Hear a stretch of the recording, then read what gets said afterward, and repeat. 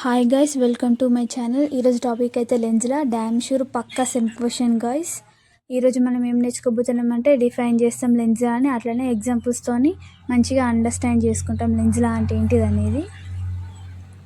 వీడియోలోకి వెళ్ళిపోతే లెన్స్లా అంటే ఏంటిదంటే ఏ డైరెక్షన్ అయితే ప్రొడ్యూస్ అవుతుందో దానికి ఆపోజిట్ డైరెక్షన్లో వెళ్తుంది కరెంట్ అనేది.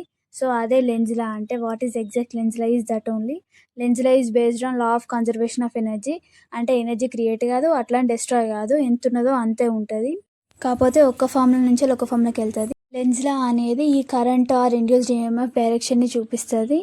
సో ఇండ్యూస్డ్ ఈఎంఎఫ్ అనేది ఫ్లక్స్కి ఆపోజిట్గా ఉంటుంది. సో అందుకే నెగిటివ్ సింబల్. ఈ డయాగ్రామ్ అయితే వేసుకొని డయాగ్రామ్కి అయితే మంచి మార్క్స్ అయితే పడతాయి. ఒక మ్యాగ్నెట్ని సర్క్యూట్ దగ్గర తీసుకపోతే కాయిల్ అప్ సైడ్ నార్తే ఉంటుంది, మ్యాగ్నెట్ నార్తే ఉంటాయి. సో రెండు నార్త్ అయ్యేసరికి ఇక్కడ మనకి రిపెల్ అయిపోతాయి రెండు అనేటివి.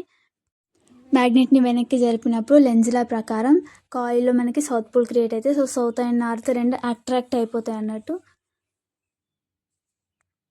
సో ఈ అట్రాక్షన్ రిపల్షన్ కాకుండా ఉండడం కోసం మెకానికల్ వర్క్ అనేది జరుగుతుంది. ఆ మెకానికల్ వర్కే మెకానికల్ ఎనర్జీ కన్వర్ట్ అవుతుంది. ఇది ఒకసారి డయాగ్రామ్ చూడండి, కరెక్ట్గా చూడండి. నెక్స్ట్ 2 పాయింట్స్కి ఇదే.